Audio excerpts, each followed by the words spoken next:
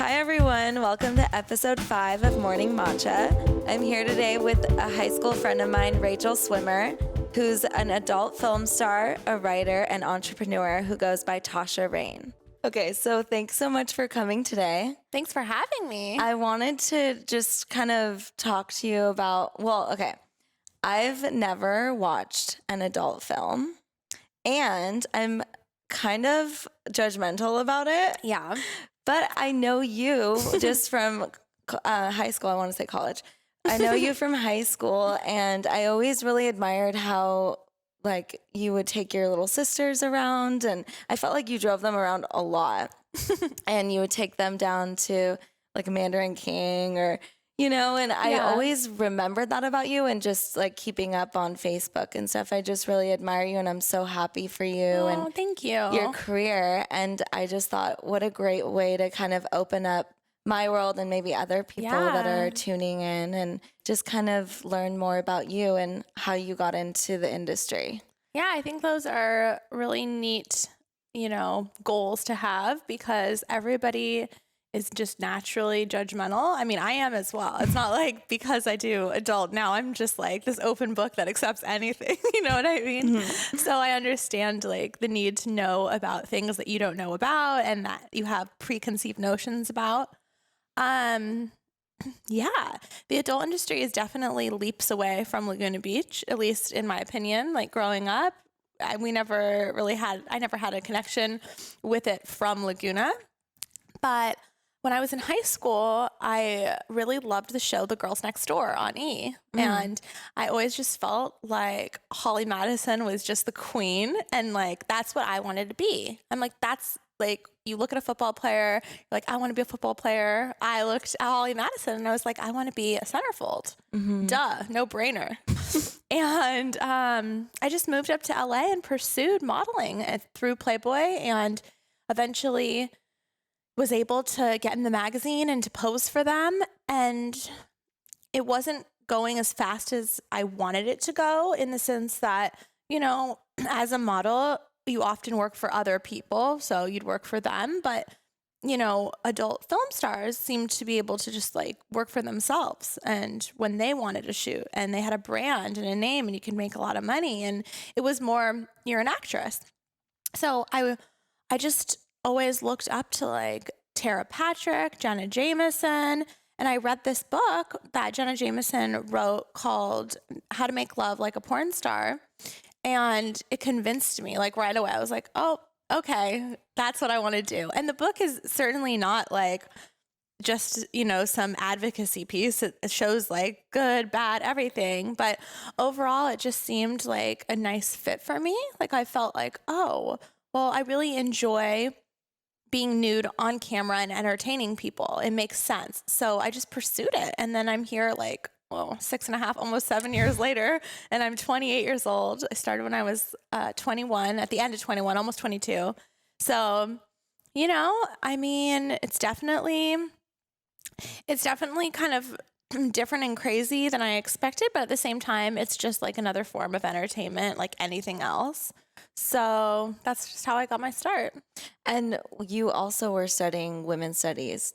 I was simultaneously dancing at a club called Silver Rain in Santa Monica, which is a strip club. Mm-hmm. And I was going to Santa Monica College before I transferred to UCLA to graduate. And women's studies was just the major that I was like most aligned with. I took a few classes and I was like, oh, I love like feminism and everything about women and rights. And a lot of people don't know, but women's studies has a lot to do with race and the government and the system, as opposed to just women, because women, make up all of those facets, but it's not, it's just not all about women. So they changed it to gender studies is what it's called now, to make it like more politically correct. Mm-hmm. So I transferred to UCLA, and I did continue to shoot while I was at UCLA, but it took me so much longer than anybody else because I was working and I was just taking like a few classes here and there to just kind of make sure that I graduated eventually. Yeah. Because I didn't want to drop out completely, and I still want to go back to school. I love school, but I keep telling myself, like, you can't go back to school yet. You have to do other things because I feel like it's such a safety net. Yeah. You know, a lot of people like to go to school because it makes you feel safe. You know, you don't have to worry about like being successful or starting a company or working. You're in school. Yeah, you have something to fall back on in case, because you think that. Right. Yeah. Exactly. So it's more like luxurious. I want to go to school like in a little while back again. But anyway, yeah, women's studies definitely gives me a different lens to look through when I shoot adult content, but also when I just like watch the Oscars or hang out with my friends and hear conversation, because, you know, depending on what your background is, especially something that has so much to do with writing and talking, you really get a different perspective of the way that other people interact, and sexism and misogyny and racism and all these things that are really like sensitive topics right now in politics. So it's definitely, you know, people, a lot of my girlfriends will be like, you're so sensitive. You're so sensitive. And I'm like, I don't know if it's that I'm sensitive. I'm just like aware of what you guys are talking about, or like the dialogue or the undertone, you know, because I'm a writer. So I'm constantly analyzing literature and what people are saying and doing. But yeah, it was a really cool major. Kind of depressing, but definitely cool. Are you happy that or do you have an opinion about it switching to gender studies? Because I know some women are offended and some people are happy because it's more inclusive. I like to just call it women's studies still, because I feel like by taking away that name, it kind of takes away the feminist goal behind the major. But I understand gender studies actually, in a way, is better for like the masses, because it maybe will encourage people that wouldn't necessarily be a women's studies major to become a women's studies major. So it's kind of like trickery, right? Because like a lot of guys might be like, oh, gender studies, that sounds masculine enough, but women's studies doesn't. Yeah. But personally, I just like to call it women's studies. So what inspired you to go out on your own and create your own content? Because I'm assuming not everyone can do that. And so what is it like? What are the startup costs associated with that? And when did you feel confident enough to move over and start TashaReign.com? That's a really good question. A lot of people don't know, but the majority of female talent that are in the industry have their own websites and their own content, and there are their own directors and their own producers. That's what makes adult feminist in my eyes, because, you know, there's not a lot of industries that provide that type of platform for women, and most female actresses own their own content. It's pretty huge. Even if it's not super lucrative, it's still something that they've created and curated and that they can, you know, have later on when they leave. My agent pushed me to make my own website like a year into my career, and I was like, I don't really know if I'm ready yet. Like, I just want to do my thing for other people. And he's like, no, you should definitely get on that.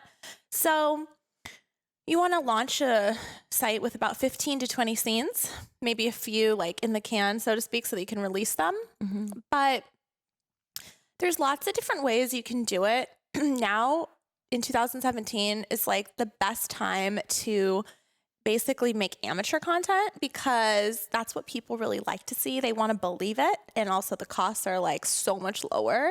And on top of that, you can just, you know, you don't have to rely on other people. So I always recommend that to girls, especially like women that reach out to me via email and ask if they want to, if I recommend them getting in the adult business, and it's like a lot of pressure for me to answer those questions, because I'm like, oh God, okay, well, if I tell you yes and you do and you don't like it, am I at fault? You know? Yeah. But I always say that I think that the best way is just to kind of do it on your own. There's just so many different avenues where you can, you know, shoot your own stuff and cam online, and you never have to show up to a set where anything can happen, whether it's an adult set or a regular set, you know?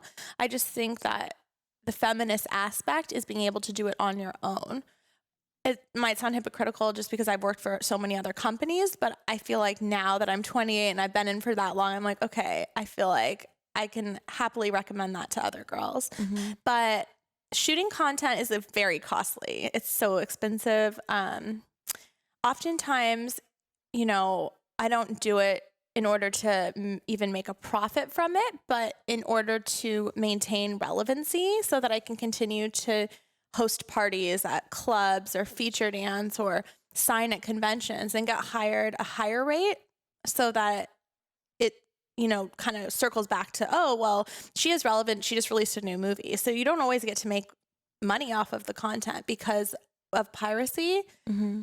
It takes away a lot of, I think, what adult content was. And it's very, that is a whole nother topic. But I love shooting. And even though it's not as lucrative as it used to be, it's definitely something I like to do. But things are changing, when you get older, and I have a boyfriend that doesn't want me to shoot with boys anymore. Things get very complicated. I was going to ask you about that.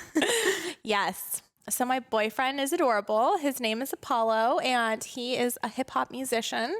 He is amazing. I met him actually at my own house. His director for the music video rented out my place to shoot the video. Oh, awesome. So awesome. And he showed up and I was like, yep, I want to hang out with that boy. Like, I liked him right away. So he supports me, and he likes, my history. He doesn't mind that I have hundreds of adult videos out and that I still am in the adult industry, but he just doesn't want me to shoot with men anymore. He just is like, oh, you can, just do girls or just by yourself. And I feel like 5 years ago, I would have been like, get out of here. Mm-hmm. But now I'm older and I'm definitely like wanting a family, and I want to be serious with somebody in a monogamous relationship, or at least like monogamous off camera. And if that's what he needs me to do in order for him to feel safe and respected, I'm like, okay. So I agreed. Oh, that's so sweet. Yeah. I was going to ask romantic about that. Have you been in relationships where they're okay with it during the last 5 years or so? I had a boyfriend that was in the industry himself, and he was okay with it, but it still made him jealous. Mm-hmm. That relationship lasted for like over a year. And then I dated a whole bunch casually, so I didn't make them my boyfriends. Mm-hmm. And then I had an open relationship for like a year where I didn't like him enough to make him my boyfriend, but I was like attached to him still. Yeah. So no, I haven't honestly had a serious monogamous relationship where the person wasn't in the industry since high school. And that sounds crazy, but I have dated so much that I like know what I want. Yeah. At the same time, I'm like, oh man, this is a relationship, which is like so different than my single life. Mm-hmm. And I'm still like adapting to it every day. And I do things all the time that I don't even realize are like not appropriate. And he's like, babe, like you can't text boys back when they text you on your phone. Like you're taken. What are you doing? I'm like, oh, I didn't know. Oh my gosh. I know. Well, what about going back to like the piracy and the way that people consume the content? I'm curious as to, on your site, is it just you starring in it, or do you have movies where you're not even in them and you're kind of like producing and directing them? On my personal website, tashareign.com, I am in almost all the scenes, but I say almost all of them because I had a time where I was investing tons of money into making movies and DVDs, which are still available on, cable and broadcast and DVD and VOD. I haven't put them online, like on a website platform, and I did direct and produce them, and I'm not in any of them, like maybe in a scene out of 5. Mm-hmm. So I've taken like a solo from one of those and put it on my site just for like bonus, but I'm kind of waiting to put all of them together on a site separately so that I can like make more money instead of just having more content on my own site. Yeah. Because I feel like if you have a website that's dedicated to you, the content should be about you. But then if you're going to have a site with the other content, it should be named like Reign Productions instead, Yeah. So I just haven't really like focused on it because like I said, piracy is such a serious thing that now the content I'm making is really just to keep my brand out there. I mean, I make it back with the joins, but it's just not the nucleus of my income anymore. Mm-hmm. So it's kind of an interesting situation, but you have to go with the times. Like, musicians have to tour now and stars have to feature dance and host parties at clubs and do conventions and stuff. And that's not my main goal. So for me, I'm trying to really like branch out and do other things like writing and radio and stuff that has nothing to do with porn, because the truth is, there's a shelf life for it. And also I've been doing it for a while. I'm ready to like get outside my box, Yeah. I'm excited to read some of your writing. Thank you. I'm actually writing an article right now for uprocks.com on mini pigs. Oh. So for your sister, you can share that information. I'll have to tell her about it. Yeah. It's going to be like just about how they're sustainable as a pet, but also that they bring so much happiness and all of the things that come with the mini pig life. That's so sweet. So for those of you that don't know, Rachel has 2 mini pigs. Yes. And 2 pups. Yes. And you're also a vegetarian, right? I'm vegetarian. What other like self-care rituals do you subscribe to for yourself? That's a good question. I mean, Baths. Oh, like yeah. anything? I mean, I go to the spa all the time. I really do. I'm like obsessed with self-care. I think it's the most important part of my life. Sounds so selfish, but I'm like, if I don't get my Pilates in and my hair done and all the things I want to do, I don't know if I can do anything else. Yeah. It's like obsessive almost. But sometimes that's what you need. Yeah. And I just feel like as a woman or a person, but I can really only relate to women. If you feel good about yourself, it doesn't matter what that means to you, even if it's just getting your nails done or dressing in a way that makes you feel confident. I feel like it affects every aspect of your life, Yeah. So I'm definitely into promoting just like being healthy. I don't try to harass people about being a vegetarian, but I definitely now, since I own mini pigs, I even have gone as far to be like, I want to be a vegan, and I just haven't committed to the lifestyle quite yet. But anytime I have a chance, I eat vegan. Like Cafe Gratitude outside, I'm going to for sure go there right after this. The owners of Cafe Gratitude officiated Eric and I's wedding. No. We love them. No. Yeah, you have to go to their farm. What? They're really cool. They have a farm? Where? In Vacaville, like kind of near Sacramento. What? Yeah, you can go stay there and they'll tour you around. It's really cool. Oh my God. You would love it. That's so cute. Yeah. I wanted to ask you about just sex education for kids, and also just, I know that you did like a PSA for Prop 60, and I watched it and it was interesting because I personally, when was that? I guess that was in November that we voted on it. That was so recent. I was my opinion was our kids are consuming this content, and unfortunately there's not enough sex education in school. Right. And that's why the condom I felt was really important, because to practice safe sex. But then after watching your PSA, I was like, oh, wow, I didn't even think about, what goes in your body and how you should have. Right. Yeah. So do you want to expand a little bit on that, and also on sex education in general? Sure. I feel like whether it's the food that we eat or the movies we watch or the porn that we take in, it's really easy to forget about where it comes from. Like, where did your meat come from? Where did your porn come from? What kind of circumstance was that woman under? So it's important to really critically analyze everything that you do. And like living a mindful and conscious life helps you to do that. And so when it comes to porn and that particular prop, it's very natural to be like, oh, well, they're the sex educators. But then you have to take a little step back and be like, wait, no, they're not. That's not what they're getting paid to do.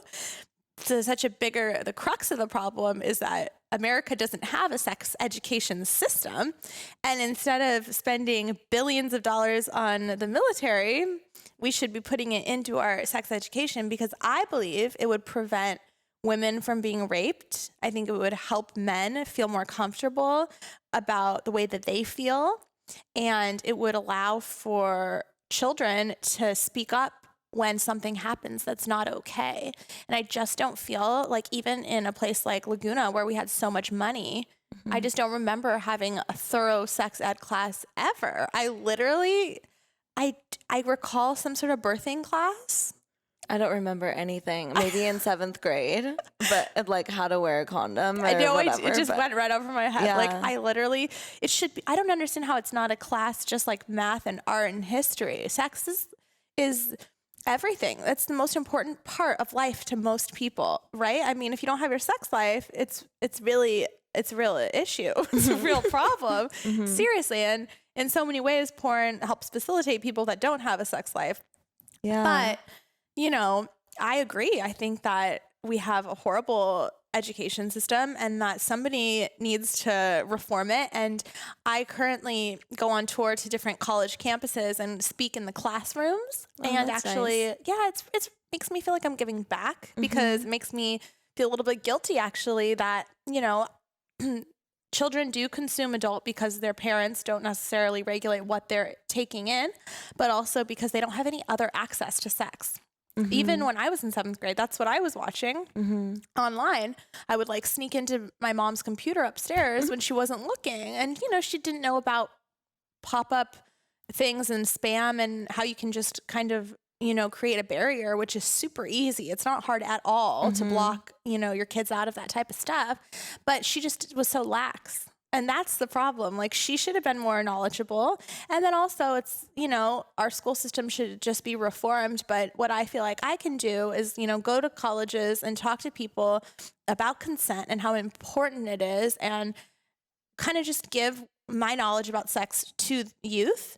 But I'm not welcome on high school campuses or middle school campuses because as a sex worker, you're literally not allowed to like go in and be a teacher.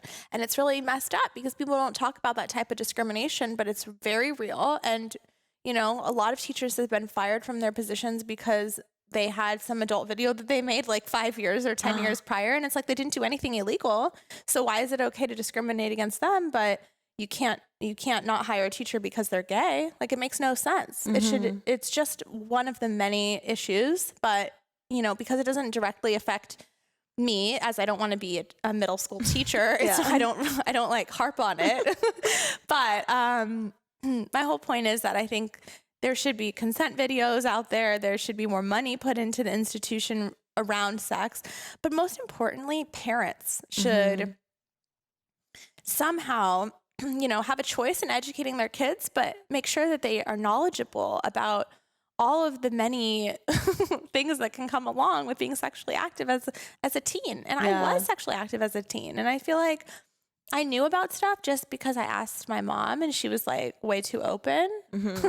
But at the same time, I didn't know enough. I didn't have like a proper education about it. So I'm in your same boat and I want to have kids and I want them to grow up, you know, healthy and having a good idea about their body and about consent and about protection and sex. And I don't know who's going to teach them other than me because well, they're lucky they have you. But how did you learn? So it was your mom and... I mean, I really didn't know, like I said, enough. I didn't know as much as I should have known. But what I do remember is that my mom, when she knew I had a serious boyfriend and she knew I was going to have sex or that I was having sex, I don't really know which came first. She was like, okay, well, you know, you have to use condoms and we have to get you on birth control and you can have sex, but be safe about it. And like, you know, but I don't remember ever hearing the talk about like gonorrhea and chlamydia and HIV and syphilis and what's that one that everybody has, the HPV virus. And I just don't recall any of that. So I don't know. I just learned it later on as a performer when I get tested every 2 weeks at a clinic in the Valley that, you know, these are the diseases you can get. This is how they spread. This is what you need to know. Wow. So how do you stay safe as a performer? As a performer, I stay safe because in our industry, it's required to provide a test from a very specific testing facility.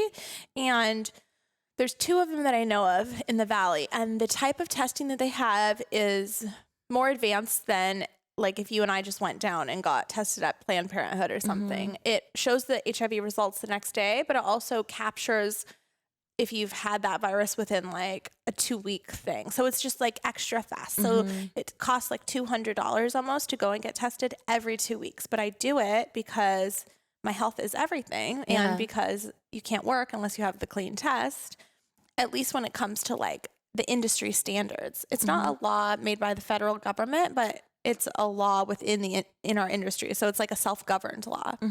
So I exchanged my test with my partner, and I realized that they care about their body probably as much as I do, in the sense that it's where they make their money. Yeah. And I feel very, very confident and comfortable.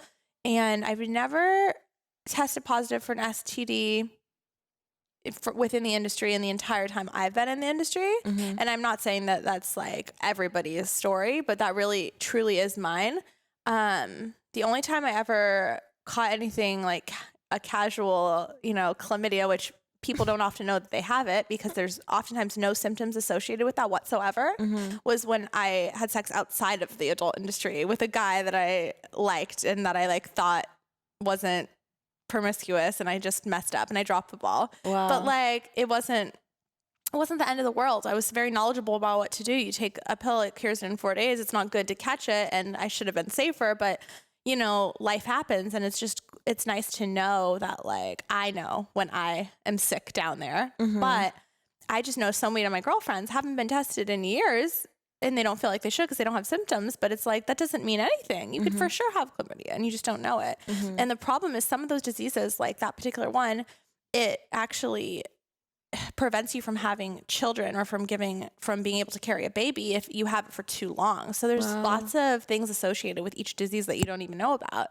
So I'm very much like on the up and up. Yeah, you definitely are. Yeah. Have you ever been harassed during work or because of your work by anyone? Yeah. Oh, well, I was going to say I wrote an article on Galore Mag just in October about being assaulted at a Kanye West concert, but it had nothing to do with my work. It just had to do with being a woman. Wow. So yeah, I mean, what happened? This man next to me, it's horrible. I was there with my girlfriend Cammie. Yeah, you know her. I know her. And yeah, we're dancing and watching Kanye, and like this group of guys comes up in their seats next to us. And like I said, it's nothing to do with my work. They don't know who I am. I'm not even looking at them. And I just kept feeling this guy like rubbing up against me. And I was like, oh, that's not okay. But it's really like tight quarters. So I'll just scoot over. And then I was like, oh, he's grabbing me. And then he went and he grabbed me so hard on like the most inappropriate part on my ass, and I freaked out, screaming, reported it to the bouncer. Then he escaped, and then now I have a lawyer that like continues to send Live Nation a letter that's like, we will sue if you don't respond. We just want their seat numbers, like the names of the guys, because I wrote down their seat numbers, and I filed a report while I was there and ruined my whole concert experience to try to get justice for the situation because I don't think it's right. Yeah. But it's neither here or there. It's just one of the many instances that have led me to actually really feeling like anxious in public areas. Like I feel like my agoraphobia has gone up, but it's like I said, that happens all the time at concerts and at football games and in public, and it has nothing to do with somebody's job. It's just because we're women, and I don't think that men have had any classes about consent or about how pivotal that is. And they also don't feel like they have a lot of repercussion to that action. I mean, he fled the scene, so he knew he did something wrong. But at the same time, I mean, he did it in the first place. But when it comes to my work, yeah, I'm so paranoid and cautious because of things that accidentally have happened to me, like at a convention where I wasn't prepared. So we have security at the convention, but if you want to have like your own private security, that's on you, right? So it depends though. So like at AVN, I'm hired by a company that flies me out, and they have a personal security guard there. But is he really vested in me, or is he just like working for them? And it's just, you have to make sure that you have somebody at all times that's literally like watching you if you're in a public sphere, just like any model would if they were doing a public appearance. So now, because I learned about 3 years ago at AdultCon in LA, this guy came up to me, and it was the shadiest thing. He didn't like say anything. There were security guards all on the outside of the place, like at the front, very close. I could have like screamed or yelled. And he just came up to me and he like asked for a signature, and I went to give him a signature, and he just like grabbed me, and it was weird. I froze because that's never happened to me before. Like nothing like that had ever happened up until this point. Yeah. And it's like a lot of girls say that if they are assaulted or harassed in general at a party, anything, that they kind of freeze up. It's not like an immediate reaction to like go seek help. You're like, oh, what did I do? What's going on? You almost blame yourself because that's like what we're conditioned. Yeah, exactly. But then afterwards, ever since then, it's actually in a good way.